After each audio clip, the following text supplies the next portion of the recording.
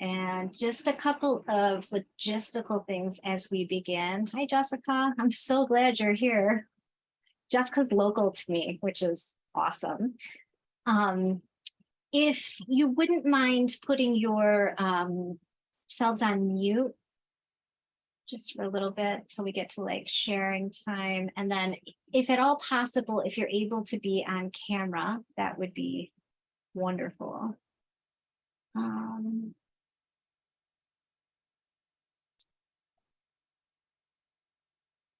Yay.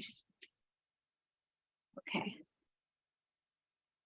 Oh, we still have people coming in. Sorry.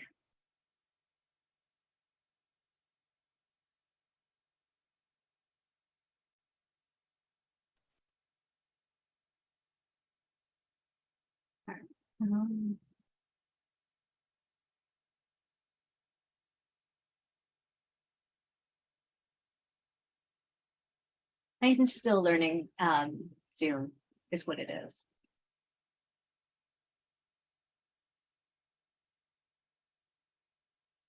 Sorry. Did that just move me for everybody? Do you want it that way? I'm looking so that the recording kind of spotlights me, but I'm not sure if I just want to leave it for the spotlight. Yes, okay.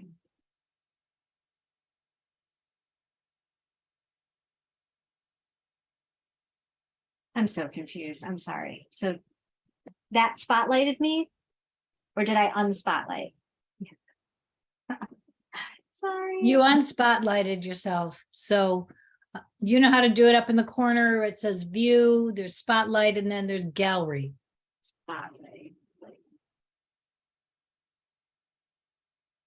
Did that do it? Okay, great. Yep. Sorry, I'm still learning the technology. I had a couple people email me this week, like, I'm not great with technology. I'm like, me too. I have kids. That's what it is. They can help me do everything. So I haven't had to learn. And through the pandemic, I'm beginning to take on more of my own stuff. All right, great.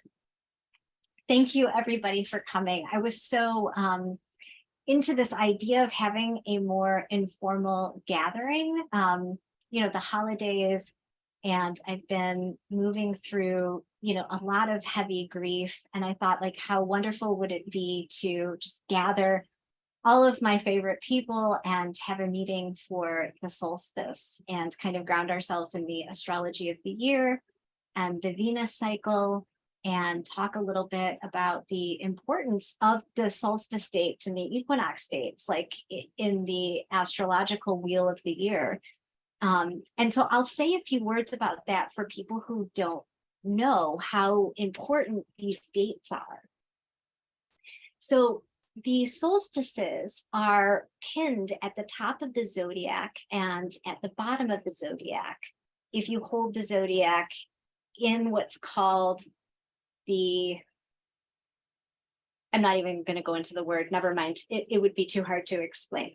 So there's this ancient theory that Cancer is the gate of the incarnation, and that Capricorn is the gate of excarnation, and those have to do with the sunlight. So there's the most light at the summer solstice and the least light at the winter solstice, and it happens right at the ingress of Cancer and Capricorn. And we're going right now, we're on the first day of Capricorn. And then the equinox points, so you've got these 2 points in the zodiac here, are exactly pinned on the other side. And those points are equal day and equal light. And they determine what we call the tropical zodiac. So there's 2 types of zodiac wheels in astrology, the sidereal and the tropical. And tropical zodiac centers the Earth. And so it has a lot to do with us as people. It doesn't center the constellations like a sidereal type astrology does. And so they're big celebratory points in astrology. And you can feel the energy of the year closing out. So the significations of the winter solstice are this coming inwards. And I always feel the energy of the time is very womb-like or tomb-like, coffin-like. It's a time of stasis and rest and almost stop. And the sun literally at the solstice point stops moving for 3 days and then continues on its journey. And so we can feel the pull in our bodies to go inward and to rest. And it's very interesting that we have this like very consumerist time that has us all scattered and buying presents and doing last minute stuff and dealing with family. And so the body can feel very like incoherent with what the external like what's on the screen appears to be asking from us. So it's always nice, like at solstice, I think for myself, to just take a moment to come inwards and to reflect on the year. And when we overlay that with the Venus cycle so beautifully right now is beginning her evening star phase, and we're right at the root chakra. The root chakra will begin on December 24th, and it's frequently like this at the Venus cycle, where if we remember when we did Underworld back in October 22nd, that was right in a new moon and eclipse portal. It was so fitting that her conjunction happened right at that dark underworld time, right at the beginning of Scorpio season.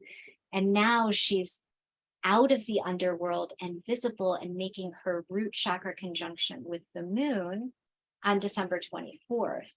And she's doing it in Capricorn.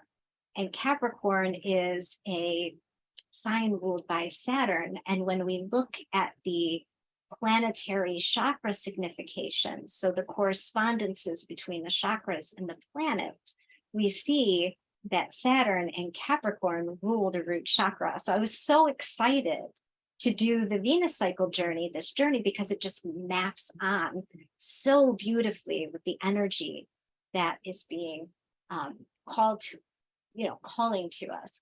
And so my question is, because this is kind of an informal gathering, would you guys like to begin with hearing some of the astrology for the year, or would you like to begin with rooting into the Venus cycle root chakra? I'm happy if you want to do comments or unmute yourself. We're not a huge group.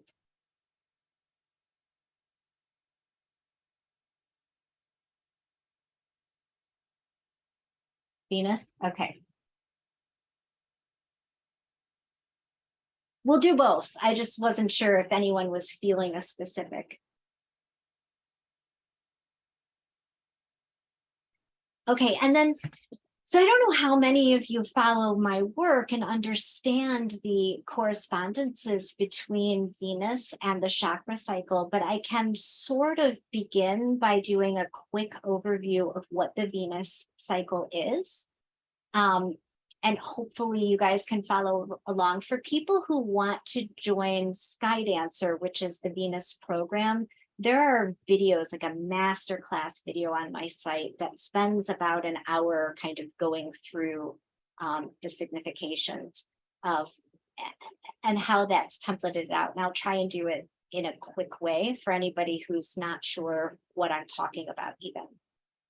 So the Venus cycle journey, she actually in the sky creates a map or a mandala for this gorgeous spiritual journey.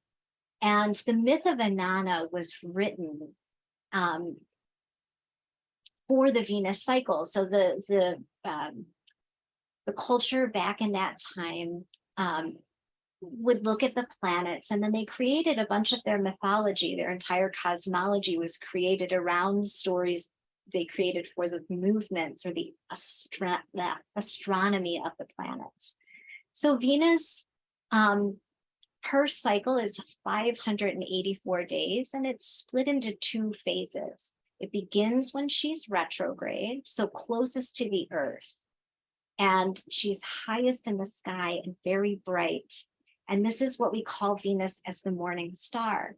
And the morning star energy is very fiery and out there. And I like to think of her as the Venus of imminence when she's in this morning star phase, because she's juicy, she's sexed up, she's like in her pleasure and in her embodiment. This morning star phase, the Venus cycle we're in, began in Capricorn of 2022. So we're just at the end of the morning star phase and beginning the evening star phase. So we call this a Capricorn overtone cycle. So just like the myth of Inanna, Venus descends in the sky through these 7 gates that are created by her conjunctions with the moon. Each month she's a little lower and a little lower, just like Inanna descends through the gates into the underworld to meet her sister Ereshkigal. When Venus dips below the horizon, we say that she's in the underworld. And then she spends 60 to 90 days there, depending on what part of the year she went under. And then she emerges as evening star, which she's just done in the last few days. Depending on where you are in the world, if you're in a very low altitude place, she emerged closer to the beginning of December. If you're higher up, you'll have just seen her emerge low in the evening sky recently. So she makes her first moon conjunction on the 24th, just hours after the new moon here. And so on this side of her journey, the evening star phase, she'll be meeting with the, I believe it's the waxing moon. And what that signifies for us is like, there's been this journey on the morning side of shedding. You know, everything was removed from Inanna that was a symbol of power that is given to us through the world. So you could associate that with through the ego, or just false representations of power, where we invest our energy in things that aren't really sourced from within. Structures of safety, things that, false imaging, anything that we believe is like our identity that isn't real, that we've invested in, that props us up, that gets shed on the morning star side. And then we go through that underworld process of transformation, and we emerge on the evening star side. And it's a side of like reclamation and resurrection. So like, where do we want to go now that we've been through this whole journey? And I cannot tell you how many people I talked to during this underworld phase that was also feeling that sense of being pulled under, of being in liminal space, not really sure. This sense of disconnection or separation was what was coming through the most when I was talking to people during that time. So now that we've got Venus visible again and we can feel her influence, Venus's energy is one of attunement and one of attraction. So when she's influencing us, we have this sense of being attuned to something and attracted to something. And so this journey now on the evening star side is about transcendence and rising in our leadership and our gifts and in our soul embodiment.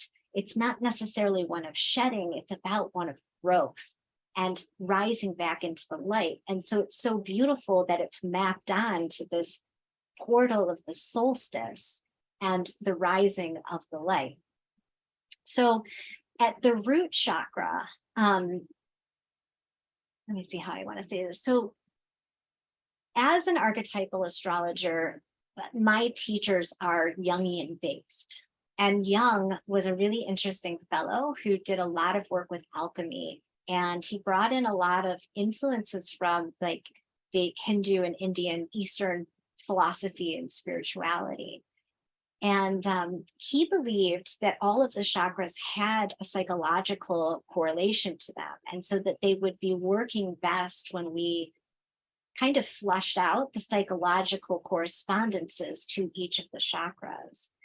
And for me personally, as a Scorpio, I'm only interested in deep work. Like I want to do deep transformational work that goes really far into the psyche, if at all possible, so that I'm in the most alignment I possibly can be. And I feel like I'm somebody who likes to do existential detective work. So like why is that showing up in my field right now? Or, why do I have this particular pattern that keeps tripping me up? And so that's essentially because that's where my area of interest is. Yes, Kate, totally. That's how I have begun working with the Venus journey. And I've worked this journey in essentially the same way. It keeps being refined every time, but with the same correspondences with the chakras since 2012. And it gets more powerful and more layered every time. This journey of descent, underworld, and then resurrection. And just like the feminine, Venus gets ready to descend almost as quickly as she rises. She works in cycles, and she's very attuned to the feminine mysteries and the energetic of the feminine, which is one of attunement. And yes, it's yin in a sense, but it's also one of attuning ourselves to reality. Like there's this expectation that the feminine shows up to what is real and meets it. So whether that be our children or whatever's happening in our field or our atmosphere, the feminine comes in and she meets that and then responds from that place. And you can call that truth or love, but she meets it and forms relationship with it. And so that's what we're doing on this journey at each gateway.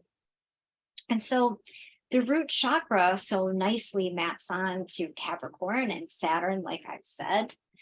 What we want to be doing in this root chakra gateway is tuning into and we would be doing this, I just want to say, if this happened in Leo.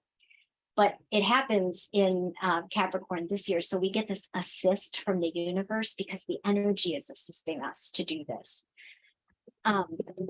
But it would still be a Saturnine gate or a Saturnine flavored spiritual practice, regardless of where it happened on the zodiac wheel.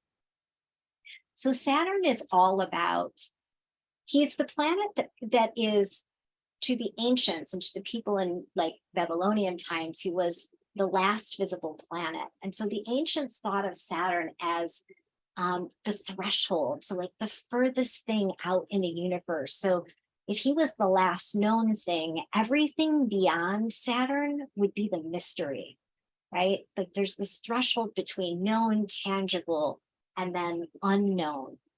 So Saturn has a lot to do with the mystery. There's a lot of people who don't like Saturn. It's gotten this really bad name of kind of being this authoritarian or patriarchal kind of workhorse. Saturn's got this whole other mystical side to him that's really important to tune into, because he helps us with our spiritual refinement and our spiritual growth by asking us to come into self-responsibility and I'm a Capricorn rising. Self-responsibility and our own self-authority. He's got this very contemplative side to him. He is extraordinarily based in reality and like material reality as well. Like what's happening in the 3D world and how do I show up to meet that and be in relationship with it? And if I can't be in relationship to it, can I trust the mystery? I mean, though that's the polarity that we're holding at the Saturn point. Like responsibility isn't just about being able to fix, do, or overcome something. Sometimes responsibility is holding that rod of sovereignty in the face of the unknown and trusting that the mystery or the benevolence of creation will take care of us. And so it's just such a huge initiation to walk through this point. So there's one of the journal questions that I think is really interesting to drop in with for this gateway is how much do I trust when the unthinkable happens, when I'm thrust into the unknown on a scale from 1 to 10? Am I scattering to find solutions? Am I instantly oriented to fix or overcome something with adjusting it because I'm in such a space of discomfort? or can I really be and meet with the unknown? And I'd have to say 2020 and hearing the news about the pandemic really showed me where I was at on that scale. Like I really thought I could do a better job of being thrust into the unknown and having my anxiety levels through the roof and, you know, not being in such a survival mode than I was. And it really showed me just how unsafe I felt, I guess, is the term there. And safety is another Saturn signification. That idea that we would cling on to different structures to keep us safe when the only real safety, and what that does is make our world very small. I mean, I don't know if any of you guys did all the things that I did, but I did all the things. Everything they asked us to do, I did in the beginning. One, because they said it would be for a short amount of time. And I thought, why not? But two, because I was scared, you know, I mean, the way it was presented was alarming. And I got to see just how small I was willing to allow my world to become out of fear and this lack of trust. And so that's something that we really explore here in the root chakra. And this sense of powerlessness, like we're really, really empowered when we trust. It gives us a sense of an empowerment that is sourced from within us versus any kind of power that we can manufacture by grabbing onto things, you know, external things.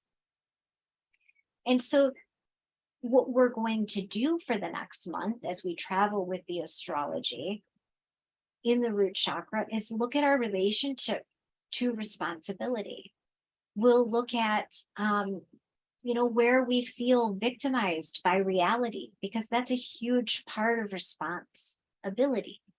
Is, does this thing that's showing up in my reality make me feel victimized and disempowered or powerless in the face of it?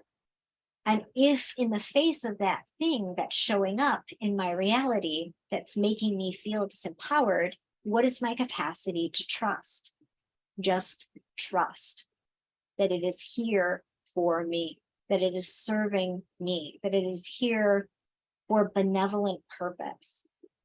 Because generally it is. I mean, I've got to say that every time that things that are bad show up, to help us evolve or help us on our soul's journey. But oftentimes, even if they don't show up for that purpose, they have the tendency to do some refinement within us. So can I trust that there could be something benevolent that comes out of this thing that appears as though it's negative or it's hurting me? So that's what we work with in the root chakra. And so the people that will go on the SkyDancer journey with me will continue to do this work during the month of really stepping into self-responsibility and looking at what our relationship to responsibility is, looking at what our relationship to limitation is. Saturn's all about limits. He's the ruler of time, and time is the ultimate limit. You know, when our time's up, it's up. There's no negotiation with some of the things that Saturn brings into our world. And so he shows us our relationship to the immovable, like what isn't negotiable anymore. Like now this thing has shown up in my life and I have nothing left to do with it but be with it. There's no negotiating for more comfort. There's no negotiating to get out of it. It's here. I have to deal with it. And that's a limitation thing. That's or it shows us what our relationship is to authority. Something more powerful than us has shown up in our reality to shift things, and it's uncomfortable. Is my relationship to fight back? Is my relationship to say, I hate this, I don't like it? Or is my relationship to surrender to it? If that makes sense. So is everybody kind of following what I'm saying? Do we have any questions at this point? It'd be a great time to ask. I am doing the I am going with you on this journey, which I'm very much looking forward to. I'm going to find a lot more about that when I go to listen to some of the work that you've already done, correct? Mm-hmm. Yeah, What are that's you right there. I mean, I'm sorry, go ahead. About which piece specifically? The About Venus, what you're just talking about right now. the Venus cycle in general, like the astronomy and the template of how she moves. Is that what you're asking? All of the above. Yeah, yeah. So what I've done in the case of our journey is I've preloaded the resources with several kinds of like master classes that would root someone in the Venus cycle. And then of course we'll be like answering questions and talking, and I'll show you how to read a chart and find Venus in the chart so that you can see that for yourself. And we'll be traveling with her, and I'll pull up some night sky charts so that you can see her in the night sky. And I'll give you all the information about the cycle, how long it is and how it splits. I did a really, really short overview. But yes, I will give you all of that. And what I had wanted to talk about today, like this is a free gathering, but I want people to leave with something. And I wanted you all to leave with the sense that what is Venus asking me to focus on this month? You know, what is the feminine calling me into this month in particular? And so this Saturnine Capricorn theme, Venus is in Capricorn right now. This theme is what she's calling us into, this sense of responsibility and almost our crondom in a sense, or our elderhood, this wisdom and rootedness in Capricorn right now is what Venus is asking for us. So I wanted to make sure everybody who came today felt like they left with something, if that makes sense. So I know I kind of skipped over going deeply into the astronomy of the Venus cycle, like where she is in the sky. Yes, perfect.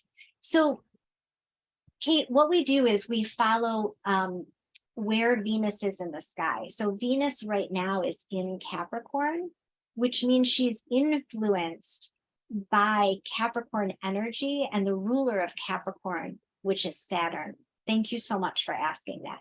So what we're doing in the Venus journey, and even right now, all the time, this is my spiritual practice, is we're looking at where Venus is in the zodiac, in the sky.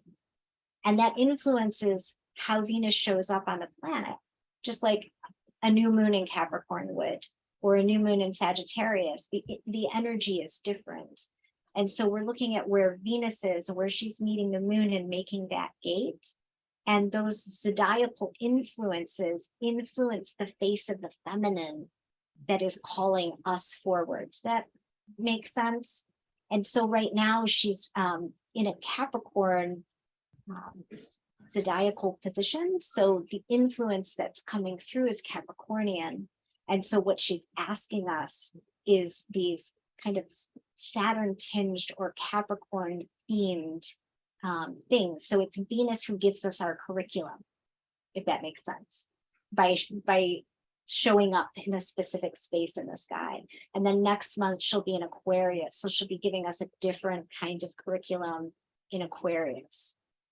That makes sense? Did I say that right? Okay, good. This is why I love questions, because sometimes I begin talking and I know that like I've left somebody behind per se. So in anybody else?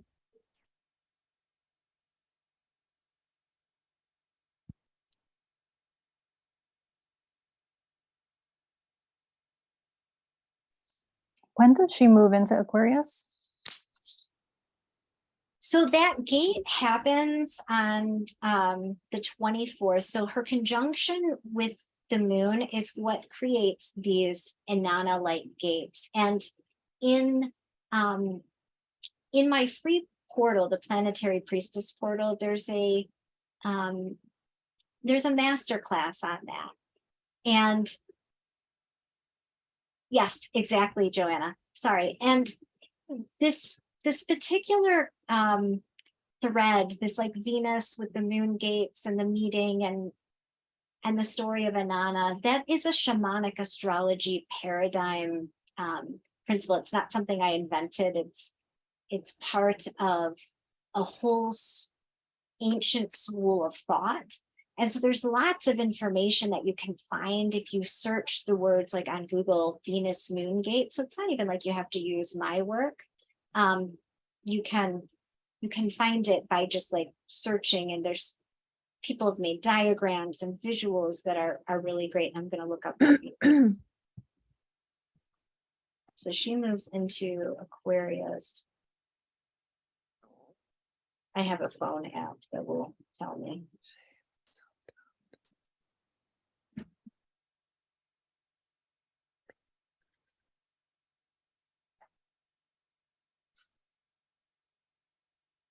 So just at the beginning of January, she moves into Aquarius. So January 3rd, she moves into Aquarius. But right now we're on the, so when a specific astrological event happens, it creates a chart, just like our birth. So when we're born, a chart is created, and then we work from the template of that chart. So when the Venus moon conjunction happens, it creates the template of the chart we work with until the next Venus moon conjunction. Does that make sense? So even if she moves into Aquarius during our time, we're still working with the root chakra because that gate was created and it created a chart. It's like the birth of the gateway happened. And so we'll talk about the astrology of that gateway and then use that as our curriculum until the next gateway happens. And then that will become our curriculum. We can always use astrology in the night sky to help us attune, you know, to the work that we're doing, but we use the gateway as like the birth chart of the month or of the curriculum. Does it make sense?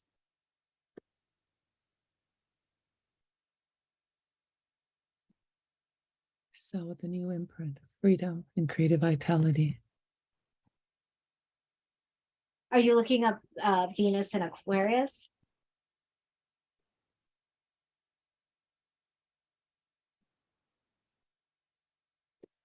I missed what you said. I'm sorry.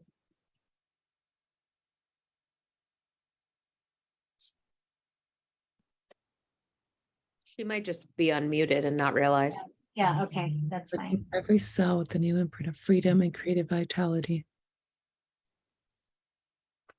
Available. And creative vitality.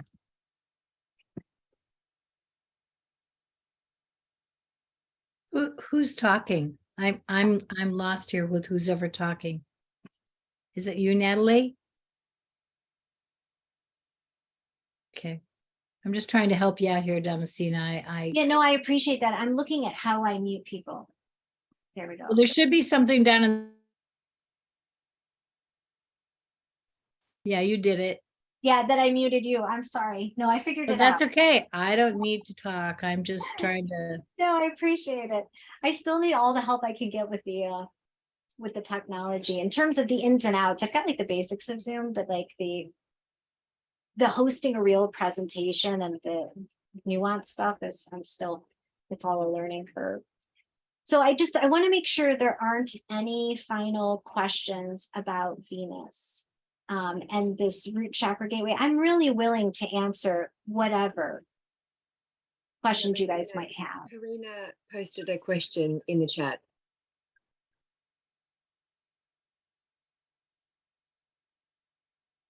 What is the influence of Venus in our lives?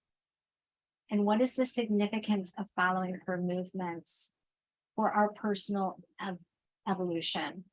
Yes, that makes sense. So Venus is, I'm sorry, I assumed a lot of people knew, and I probably should have started like from the very, very basics with Venus. And I apologize for anybody who wants to begin there or needed to begin there. Venus is the principle of the feminine. In in the astrological pantheon. I'm an archetypal astrologer, so I work with archetypes. There are just as many different types of astrology as there are medicine, and astrologers tend to be like specialists and will specialize in a specific type of astrology. For me, I'm archetypal astrologer. And so we look at an archetype like Mars as being the masculine in the chart and Venus as being the feminine. Well, what does that mean? Well, Venus is the principle of attraction and love and sex and romance and relationship. That principle of attuning and caring for and nurturing. She can have a yin energy, but the moon also carries a specific type of feminine as well. The moon is more mothering, nurturing, like the embodiment of like the great mother, whereas Venus is more woman, the feminine, and carrying the principles of the feminine. So sometimes when we're talking about masculine and feminine, they don't necessarily have to be gendered. We can just say the feminine principle, the masculine principle. And the importance of working with Venus is we live in a masculinized world. You know, the world is heavily masculinized and patriarchal. You know, we are all indoctrinated in this system that was built during the Industrial Revolution that sent us, all of us, to school, every gender, put us through the kind of capital materialistic system that's about production, conquering, power over, domination. And we have a real detriment of the feminine principle on the planet. And so attuning with the Venus cycle is just a really beautiful way to incorporate the kind of as above, so below. There's this kind of feminine spirituality work that's archetypal and it's beautiful and it's really wonderful, but it doesn't necessarily incorporate the as above. And so what we're doing here is working with the principles of polarity. And so every single gateway that we work in, we're working with what is the shadow aspect of this? What is the like highest expression or most evolved expression, and using that kind of polarity to help us evolve. And so that's where the cycle helps with evolution, is that principle of mirroring, that as above, so below, working with shadow and then working with light. Does that make sense? And I'm happy to Yes, give thank a you. follow-up. I'm happy to do a follow-up. No, I had read some philosophy early on, and when they had explained about the waves or groups of energies or souls that come into being, there was a mention that the souls that are here right now are had a lot of Venus energy, whether male or female. Right. Yeah. And that was my question geared to, if following the movements of Venus had something to do outside the feminine principle, more in the origins of our souls being here right now, if it had something to do with that as opposed to just the feminine. Does that make sense? Yes. I think that that's absolutely right. And I'm so glad you brought that piece in. I think that, everyone on this call and a lot of the people that I'm connected to, like via Facebook or social media, are interested in this idea of anchoring a new paradigm on the planet. Like, we are tired of that power over or dominator paradigm that thinks about war and isn't very enlightened. It's power hungry. And so I think that there are a lot of souls that have incarnated, particularly at this time, to anchor in a more Venusian paradigm, which centers love. It brings back the principle of cooperation. Like, what does it mean to cooperate with each other to move the planet forward? We're moving into, like, when we get into the astrology of the year, we're moving even further into this Uranian air energy, and this Uranian air energy is very technologically savvy or advanced. I mean, it rules things like AI and transhumanism. And so if that's where this kind of next stage capitalism is going, then it's not that those things couldn't be useful if they're in their highest, most evolved form, but if that's where next stage capitalism is going, shouldn't we have some souls incarnate on the world who are here to anchor love in actual embodiment? I mean, transhumanism is detached, it's dissociated almost. And so this idea of actually being souls anchored in our body, people who are able to respond from a wise place, who have gnosis, where we are getting information and using our body as the tool, the oracle that tells us this is a yes or this is a no, this is right or this is wrong. Venus also rules our values. It's a huge part of what she rules. She tells us, like, this is important. This is a yes, this is a no, this is right, this is wrong. I mean, and there are times that those things are just not subjective. They're either a yes or a no. I know we like to live in a world that says, oh, there's no such thing as good or bad, right or wrong, evil or, not evil, but there is. That's not true. That's a fallacy. There are sometimes things that are just plain wrong or evil, things that would separate us from our truth, things that are not done with the intention of love or service. They can be evil sometimes. So, when it's power and greed, that's not a Venusian quality. So I love that. And is that you're speaking of, this idea of souls, is that coming from, when I visited Mount Shasta, there was this group of people who studied like Lemuria and Talos, and there was a divine being there that was the embodiment of Venus, or he lived on Venus. Is that where that idea is coming from? Just curious where that idea for you came in. It's old time philosophy from the teachings of Madame Blavatsky, and so based on that, so I'm understanding what you just said. So the importance of anchoring. I just personally, I view my life as my contribution, right? So whatever I do here, I have a purpose outside of my own. It's a contribution.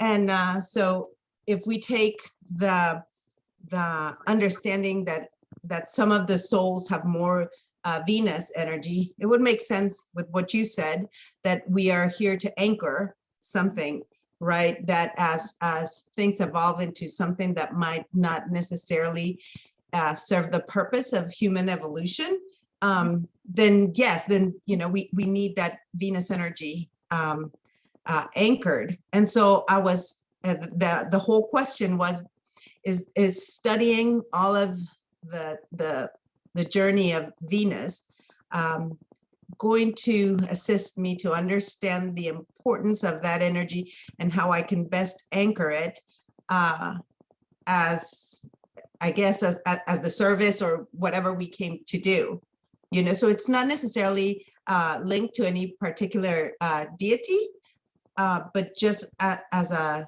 I guess, spiritual evolution or evolvement process. Yeah. I mean, it's really interesting, the different threads that feed into kind of a very similar mind frame. Like for me, it's just seeing the astrology and knowing that we're moving into the age of Aquarius. There's this this gnosis within me that knows that the Venusian current being anchored on the planet is very important for the evolution of mankind. We need embodied people. What happens when we're not embodied, or like attached to our soul inside of our body, is that it can get easily hijacked, by someone else's agenda. That's why I talk a lot about mission, purpose, and intention, and knowing what that is. And knowing what that is simply being able to feel the current of your own soul and stay attached to it. So when things like a big political event happens, we're not so detached from our soul and our own purpose and what we're doing here that we run off into a polarity and get swept away by somebody else's agenda. It's really easy to have our bodies, our souls, our minds infiltrated by other agendas when we're not fully inhabiting our own soul. So my reasoning comes from seeing some of the evolutionary currents. And then there was this one thing up in Shasta that I thought was very profound, but it's very much like what you just said. And Madame Blavatsky is, she's a theosophist. She's the creator of theosophy, which is, she's made a lot of important contributions to spirituality. And so it's just interesting where the different things come from, all threading back to the same source of doing this work that really helps, I mean, all mankind. It helps future generations for us to be doing this work, for us to not just be going along with this kind of dissociated information paradigm that's kind of the current wave, but to stop and say, no, you know, my soul's telling me this isn't right for me. So I'm going to be a no for it, or I'm going to be a stand for it, if that makes sense. But that's what I mean, the Venus work in my mind is all about, like, how do I stay connected to that source within me? Like, call that my womb or my heart, or the connection between my womb and heart, but that source, and not moving from that spot in the face of anything. It's some of the most profound work we can do while we're alive. Thank you. That was perfect. Thank you so much. I think also that being that you're a female, you know, in this life, we have the opportunity to birth more than just children. So having a well-rounded information, I guess, on the movement of Venus and how we can make use of its energetic path, and we can hop on that current and assist. It also gives what you said, that it allows me to stand in sovereignty in who I am without being carried away, and allow me to birth processes for myself and others in what the future energy, or, you know, moving forward might look like. So thank you so much for your answer. Yeah, you're welcome. It's a whole exploration, isn't it? Because we come into the world and we're kind of set up in this system, and then, you know, one day we realize, no, wait, I'm actually a soul. And then there's this whole exploration of polishing and uncovering, you know, who that soul self is, and who am I as a woman, as an ensouled being, as a mother, as a cosmic creatrix. These are all, you know, really big, important questions that you know, we're lucky enough to have the time and the space to be in exploration and in inquiry about. And that's kind of what this Venus journey is looking at different facets of Venus and seeing where they match or adhere to something within us, and then recognizing that spirit within us and saying, yeah, this is something I want to anchor in for myself. And so that's when I think the Venus work is so important, because she of 1,000 faces. And so we're not all going to be a Kali archetype. You know, some of us are going to be much more Kuan Yin, and that's fine, because we need the whole pantheon to anchor Venusian energy on the planet.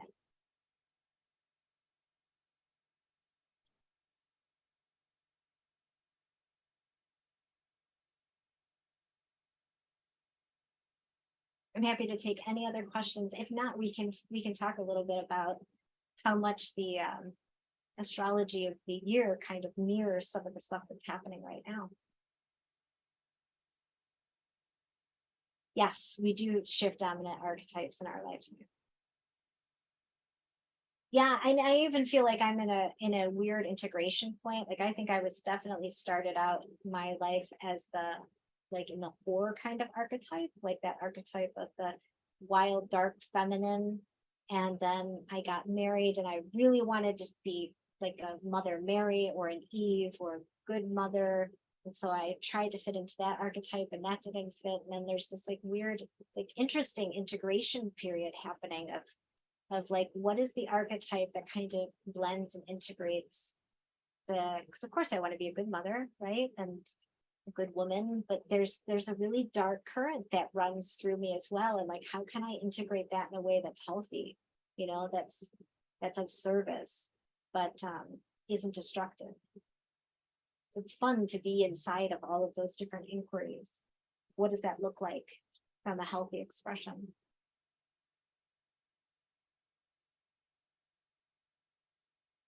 Yep.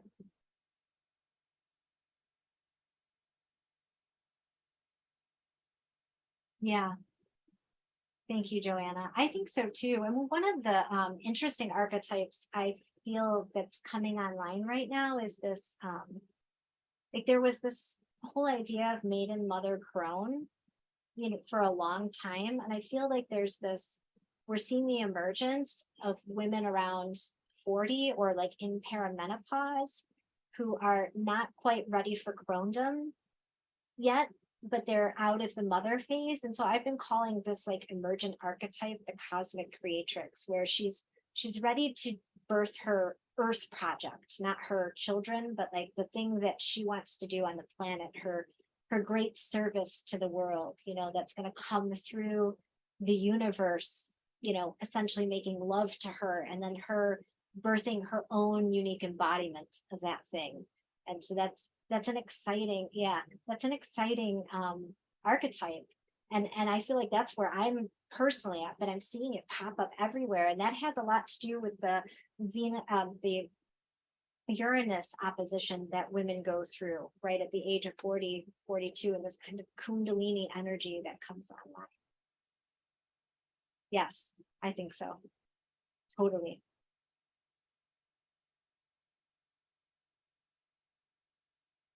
That's me. Still a good woman with a tint of Lilith. I mean, she's deep. She's like birth deep, that Lilith. I can feel like her primordial essence in me from birth, that Lilith archetype. Yeah. Great. So do you guys, do we feel complete with the Venus stuff? Do we want to move on? Someone else used the term enchantress. Yes, very similar energy. Yeah, the Uranus conjunction, or I always say conjunction, opposition that happens between 40 and 44 is a real almost Kundalini experience, where the woman tends to want to have lots of space, even from her partner. And she's like coming into her sovereignty, but there's that like the sex is coming back online. And so I can see how that enchantress, like really kind of juicy phase of life that works. The queen works. They all work. The mature feminine, I mean, she's not collapsed. She's not fawning anymore. You know, she kind of knows who she is a little bit.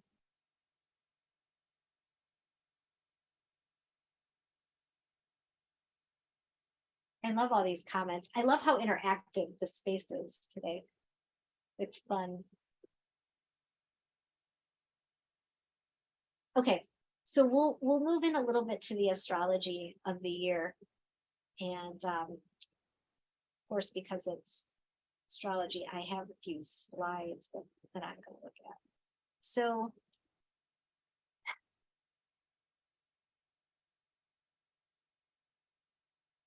just to kind of anchor us a little bit, in December of 2020, so the solstice of 2020, we had something called the Great Conjunction of Jupiter and Saturn. I don't know if you guys remember it, and it happened at 0 degrees Aquarius. And a lot of astrologers have posited that we are in the transition phase between the age of Pisces and the age of Aquarius. And that's why we were all born at this time. The souls that have incarnated now are here to anchor that new paradigm on Earth. Because the age of Pisces is a 2,000-year period, and the age of Aquarius will be a 2,000-year period. The transition phase is sort of short, but for us, it's like a lifetime. It's estimated to be about 72 years. So the people who are alive now are alive for the exciting transition. Now, this great conjunction, this idea of moving into this like societal period. Jupiter and Saturn rule over society. They're what we call the social planets.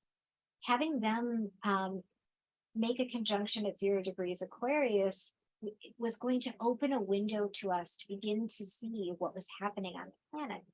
Now, Aquarius is ruled by Saturn and Uranus, which seem to be two opposing planets. There's a lot of Uranian energy in Aquarius and just in the collective right now due to the fact that the nodes have been moving over Uranus this year. Uranus energy is revolutionary. It's liberatory. So like there's this sense of needing liberation or being suppressed or shut down, and that drive to break free.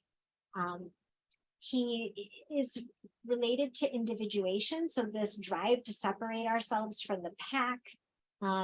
He's got a Promethean energy to him. So Prometheus was the archetype that gave the fires to the people. He took them from the gods and gave them to the people, which gave them freedom. It was also a rebellious act. He has to do with technology, the internet, advancement. Any kind of progress is like a Promethean thing where we break free from tradition. And so the collective has been heavily saturated in this, the collective being the social planets, has been heavily saturated in Uranian energy. Uranus then from late 2020, 2021, and then even some this year was in a square to Saturn, which gave us that feeling of the conventional being kind of at war with progress. And you had these groups that wanted freedom, and I'm sure you all know like which groups, and then these other groups that wanted us to hold back or conserve. And so the energy was very evolutionary in that like push-pull with Uranus. And then that continues this year with the nodes went over Uranus, and the nodes are evolutionary in themselves. So the nodal axis, the eclipse points that kind of edit where the collective story is going. They went over Uranus. And so we're just, imagine it as the atmosphere. Yes. That we're in right now is this kind of Uranian, Aquarian atmosphere. It's like the background of the year. So really early on, Jupiter moves back into Aries. That happened just recently. And so this theme that's sort of Uranian in nature, Jupiter in Aries, Jupiter is expansion and Aries is self, that I am principle, that principle of me. And so we're looking again at self-authority, you know, like expanding the sense of self and how we hold ourselves is Jupiter in Aries. That lighting a fire and asserting or initiating things that are in the realm of self. So that's Jupiter in Aries. I want to go through these kind of quickly because it's been an hour and I see people are kind of trailing off. And so you're in your Jupiter return. That's a big deal. It's every 12-year cycle. So it's good to look back on where you were 12 years ago and just see how things have evolved and see what was happening that last time Jupiter was in Aries. And then you'll probably get a refinement of those things. When Jupiter does a return, it's just like going over again the same themes that came up in the last time Jupiter was in this place. Yeah. So Jupiter will be in Aries for the first 5 months, and then he'll move into Taurus, and I think it's permanently this time on May 15th. So that's big fire energy. Aries is like an initiating sign, a sign that wants to begin things, start a fresh journey. And so with Jupiter and Aries, there may be things that you want to begin, things that you're interested in that you haven't been interested in before. Mars finally moves direct on January 20th. He's been in retrograde. Mars in retrograde can be a really hairy time. We can feel more aggressive or assertive than we normally do. He was in retrograde in Gemini, which is related to communication. So we may have found like we've had a hot, fiery tongue So he finally leaves January 20th, that retrograde phase. He'll stay in Gemini and retrace some of his steps, but hopefully if there's been any mess that's happened during Mars retrograde, that last trip through Gemini will be an opportunity to clean up the mess, in a sense. You'll be going back over what he kind of messed up in retrograde. Retrogrades are really great in the sense that they can act like trickster energy. It's like going against the grain. And so it can stir the soil a bit, like till up and unearth things that may have been complacent in our lives, never afraid of a retrograde. They always bring forward evolutionary material for us, but sometimes it's unpleasant. Saturn moves into Pisces on March 7th. So this is a really big deal. Saturn moves through a sign once every 2 years. And so we've had Saturn in Aquarius. Remember, we just talked about that conjunction that he had at the solstice in 2020. He's finally now moving into Pisces. Saturn in Pisces is very self-reflective. There's this sense that like we want to look within. Pisces is an energy that's related to like the dream world and the imagination. It's very Neptunian, it's oceanic, it's spiritual in a sense, but then it's also like on the shadow side related to escapism and addiction, wanting to not to be in reality because it's so dreamy and kind of detached like. And so with Saturn in Pisces, we'll really want to watch that the edges of Saturn being there, the limitation that he brings in, the kind of authority that he brings in, or coldness. Sometimes he can bring a sense of detachment and coldness, that it doesn't make us spend too much time in escapist kind of activities, that we're continuing to come back and root our feet on the ground. It can be a real sense of bringing in some coldness to what would normally feel warm and comfortable. So it's a chance to explore, who am I in the face of having my warm, cozy blanket taken away from me? So again, evolutionary potential, but may not be the most comfortable. It will also soften some of Saturn's edges. It's a soft place for Saturn to land. And so it can work both ways, where Saturn's bringing either coldness to Pisces, or Pisces is bringing a warmth to Saturn. So it can work both ways. And then Pluto moves into Aquarius for the first time on March 23rd, which is huge news. It's just absolutely huge. So we spent the last 14 years since 2008 with Pluto in Capricorn. Pluto in Capricorn was all about bringing insight and uncovering corruption and revealing, what was underneath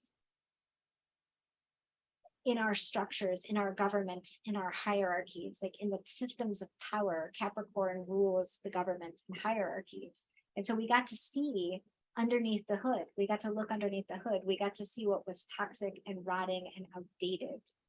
And he kind of told the earth there for us. And now he's going to, oh, that's tough, Pluto on the sun.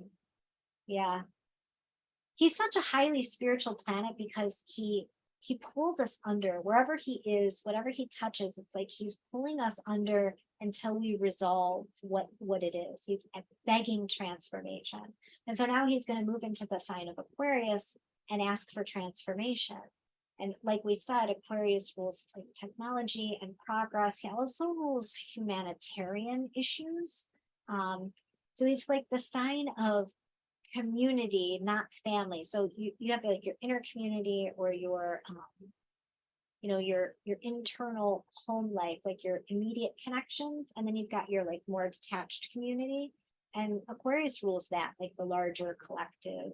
And he's got a humanitarian edge where he wants to make progress, because as an air sign, he's more egalitarian than hierarchical. And so we may see a lot of egalitarian ideas come online and begin to get rooted. And this is where we really need to use our discernment, and Pluto can help us with that, that we're not rooting egalitarian ideals online that lead to a sense of groupthink where there's no individuality or sovereignty available inside those systems. One good word for this might be the idea of utilitarianism, that idea that we do the best for the whole group, or we do what's in the interest of the group rather than of the individual. We want to be able to hold the polarity of that, you know, that there's still the freedom for the individual to act on their own behalf inside of a system that supports everybody. So those are issues that we're going to be seeing coming online. Oh, I bet. Oh, Jean. Oh, this will be lovely. Wow. And Mercury is associated with Aquarius. It's a co-ruler of Aquarius and air signs in our thoughts. And yeah, Pluto will really go through and till the soil of the thought world. Wow. It'll be a transformative time for you. That's for sure. So Mars finally leaves Gemini and moves into Cancer on March 25th. And Mars and Cancer can awaken the pain body. So there's just so much movement at the end of March.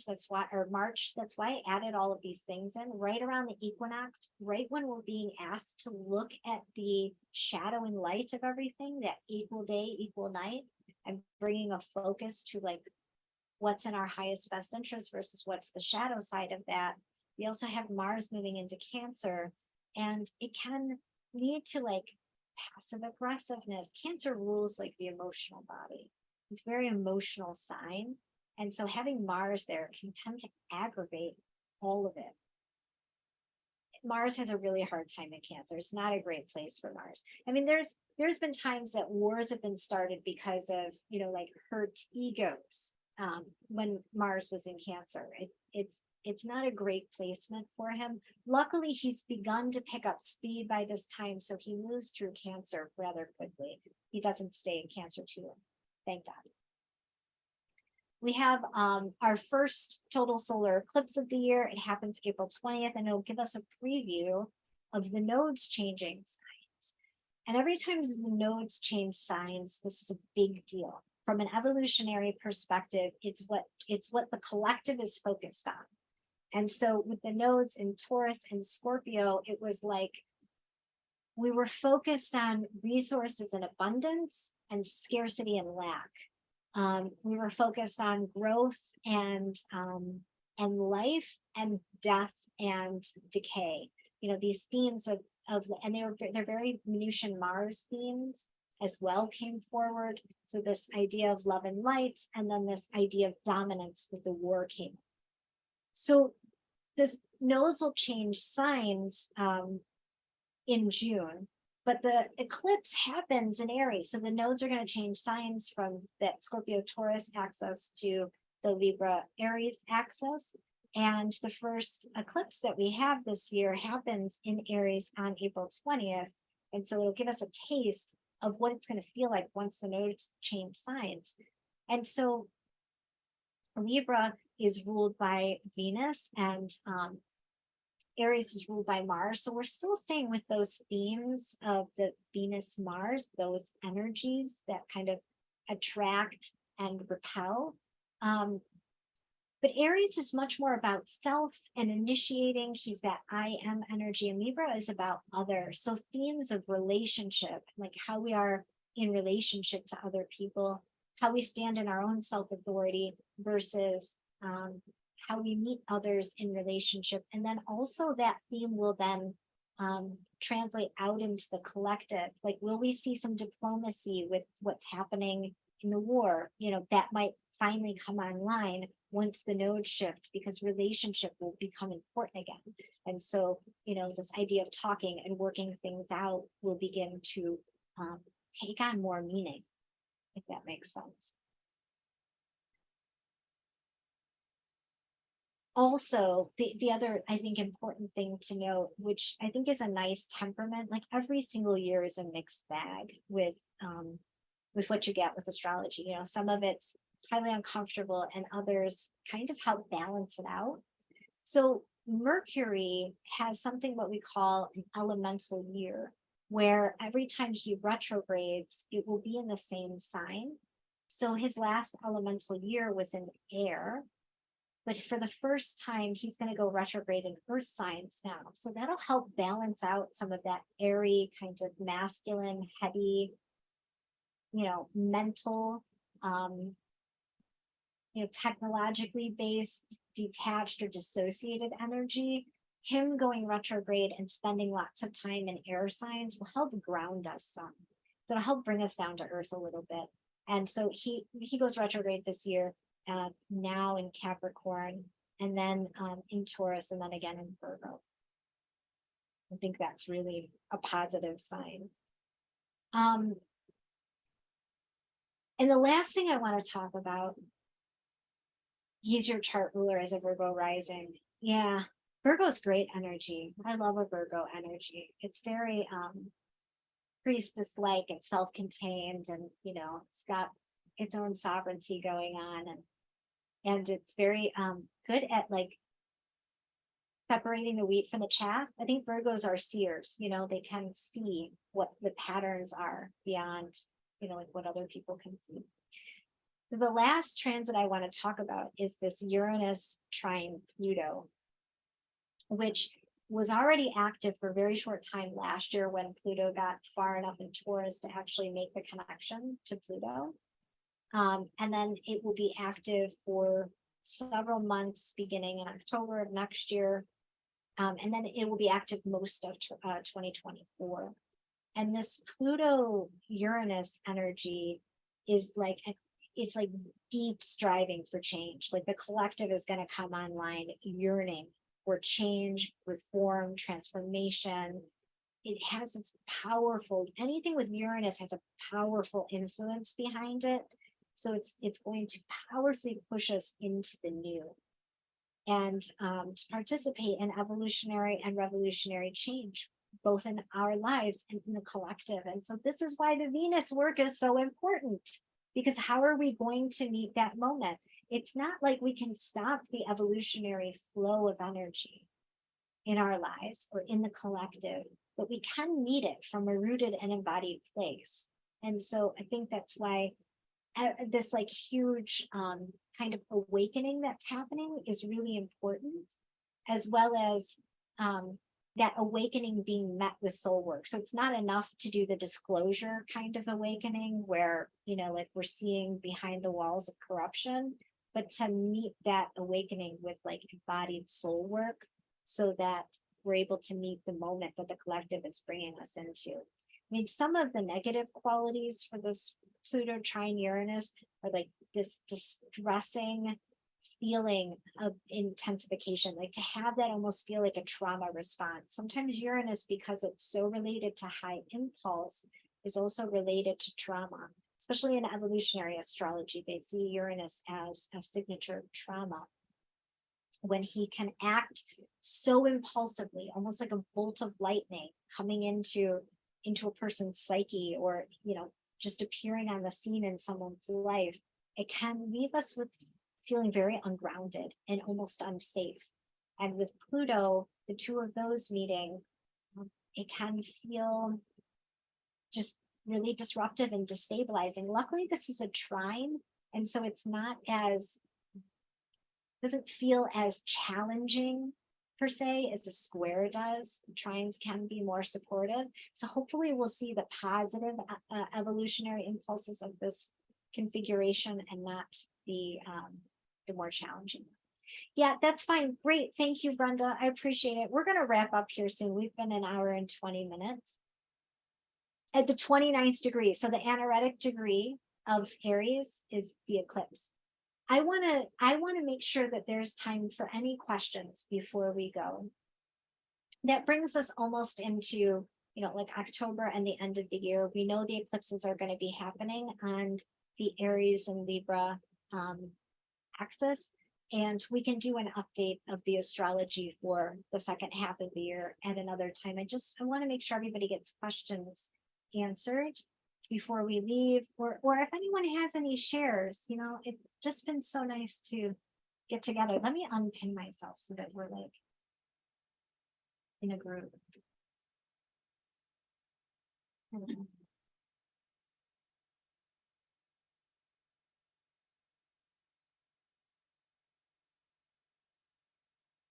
This is completely off subject, but I just want to say, what are you doing, Crystal Kingston?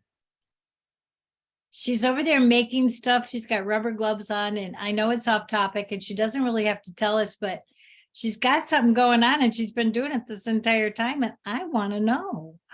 Oh, thank you. Wow. Okay. Sorry to interrupt everybody. If I stopped the flow, I just was compelled to know. No, I wanted this to be informal and fun. I know. Yeah. So anyway, thank you, Crystal. Yeah, And- yeah, that's gorgeous. I thought you were working with clay. That's kind of what I thought. Yeah, that looked, Yeah. So I would love to be working with clay. Oil paints is pretty hard. And I should have had this piece done months ago, but I've been, oh my God, I had a QHHT session in October. And if you guys know what that is, it's like a past life regression thing. Dolores Cannon, look her up. You'll know, you'll learn. know who she is. Um, Yep.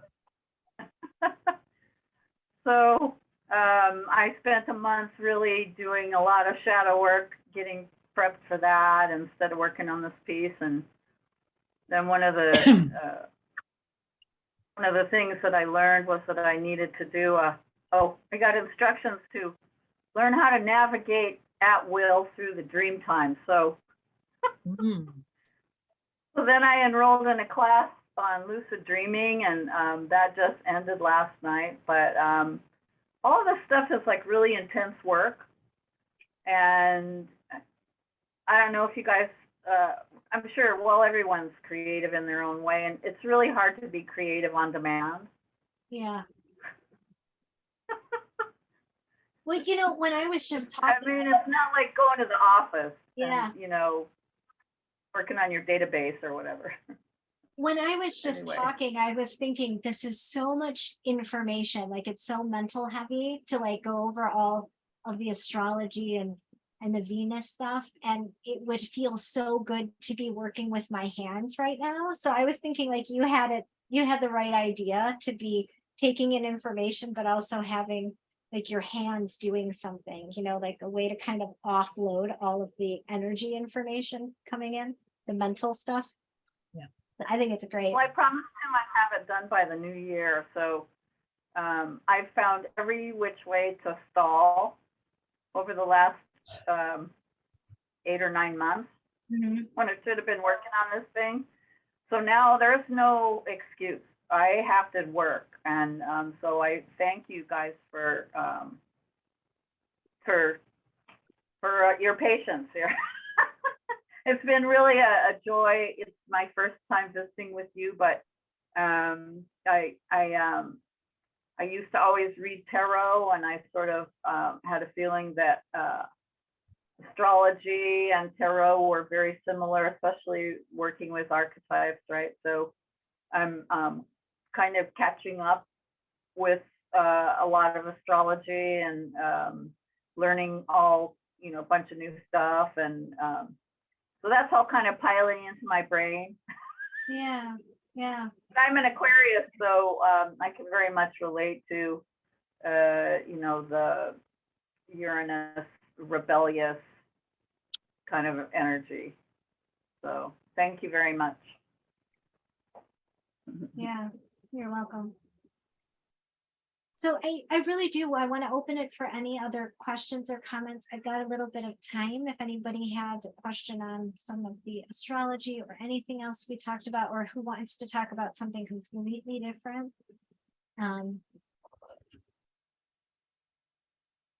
I don't have any questions. I just wanted to say thank you. It was a lot of information, but really interesting stuff. And I'm really excited to kind of see what comes next.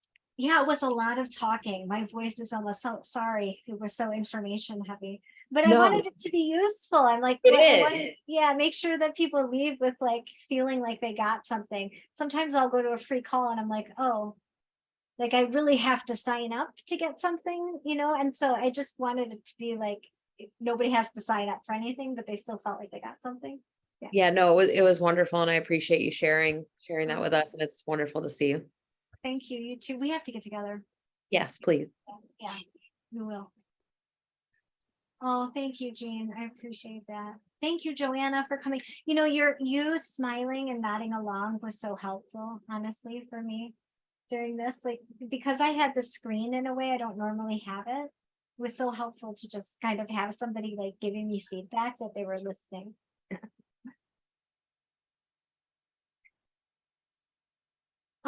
Lisa, yes. Lisa's asking, I'm not all that savvy about astrology. Will SkyDancer program be something for me? Yes. So when I began teaching today, I kind of jumped in sort of in this assumption that people kind of knew about the astrology or the astronomy of the Venus cycle. And I have all of that loaded. I have a portal where the curriculum will be, and there are like introductory teachings on the Venus cycle to kind of help get everybody up to the same page so that we can begin with the work right away. Although we'll spend some time right at the beginning, kind of getting rooted in the Venus cycle. And I think just working with the Venus and the moon every month helps us to get in touch with astrology more. It helps bring us into like, let me look at an astrology chart and just find these 2 planets every month. Helps engage us with astrology, but it's not necessary to be an astrologer to do SkyDancer. No, not at all. I'm so glad you're here, by the way. Thank you. And I know that you're not talking, but I just want to tell you I love you. Thanks, Kim. I appreciate it. As far as SkyDancer with the archetypal stuff, I mean, it's a lot of curriculum. It's hard to cover in just like a small informational piece. And so I appreciate the people who were here who stuck with me. And again, if you guys have any questions after this, you can email me or we can talk. If you have, I've been on so I'm more than happy to touch base with you again. Oh, good. Oh, good. I love to hear that, Joanna. Thank you. And thank you so much, everybody, for coming and spending some time with me on the solstice. It's beautiful to touch into sisterhood, especially during this time for myself. There you are, Maria. Hi. Hi.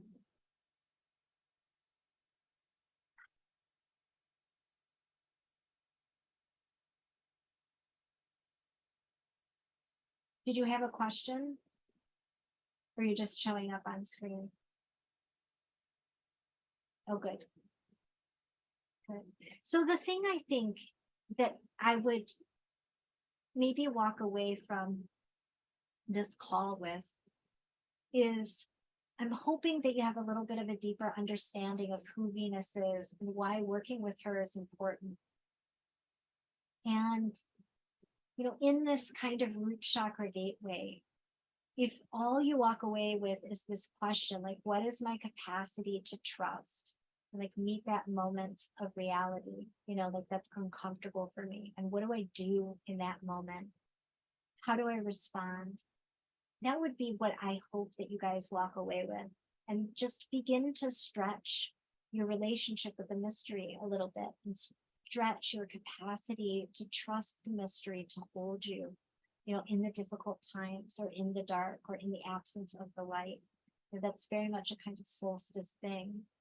In the old times, like during pagan times, they used evergreen as a way to show the universe we want life to continue, and they lit candles and they sang songs, and this idea of the busyness of the holiday season comes to kind of show the forces of evolution. We're going to stay alive through the night. But what would it be like to go into the womb tomb and trust even without, or in an absence of light, that creation is benevolent and life and light will come again, and it's okay to rest and take time out. and to meet and be with anything that's arising. That's what I want to leave you guys with here, is just stretching that capacity to be in the unknown and be in the dark.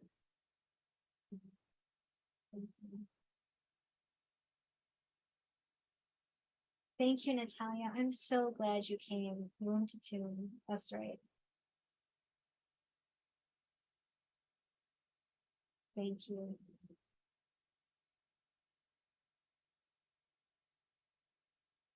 Thank you, everybody, for showing up. I appreciate it. And what I'll do is I will post this call in the Facebook group, and I'll put it on the Planetary Priestess portal. And you can reach out to me on Facebook Messenger or via my email if you have any follow-up questions. And I'm really, really, really grateful for everybody who came. I really appreciate it. Thank you. You guys can unmute if you want to say bye. I love an unmuted bye. Bye. Bye, Bye-bye. everybody. Hope I see Bye-bye. people in the Thank Venus you. for skydance. Bye. Thank you for everything. Bye. Thank you for Bye. everything. Thank you, Bye. Joanna, Maria, everybody. Thank you so much. Hey, did you get a chance to read that text? Which one? The Seth session that I sent you Who is this, Crystal? on Or Kim? Facebook. Yeah, this is Crystal. Oh, yeah, I did. I did read it. Well, no, I read what you sent, and then I couldn't open the PDFs because my computer gives me a warning. Wasn't like- a PDF. It's just an image. It's an EPS, which is an old school. Okay, I'm an old graphic artist, right? So it's just like an older type of graphic, but JPEG, but it's a better quality. okay, I'll open it then, because my computer will say like, this may be unsafe, so don't open it, and I wasn't sure. And I'll open it now that I know what it is. It's an image. It's called an EPS. So it's encapsulated postscript is how they used to designate that. But I used to work in graphics in the 90s. So Yeah, no, it I was still really use a lot of, yeah, go ahead. sorry. Sometimes Zoom lags and it'll appear like there's a break, and then yeah, sorry. No, it was interesting what you sent. It was really helpful. It's a different way of holding death than like the traditional way, and it's been interesting to play around with these different ways of holding Tanner now. I'm really surprised at how much I still feel like I'm mothering him and in relationship with him, even though he's not here in the physical anymore. And I liked reading the way the channeler was talking to the parents about holding their son's death in an, like in Yeah. an enlightened way. Yeah, it was really beautiful. Thank you. And You that can was send me just a very, anything. those were very brief excerpts, and the text is actually, well, when I copied and pasted, I have the Kindle, right? So I just copied and pasted it, and it's, and I made it 11-point type so I could fit it all on 2 pages. And so it's quite a bit of text, actually. But just to give you a little background, so I started reading Seth back in the 70s. And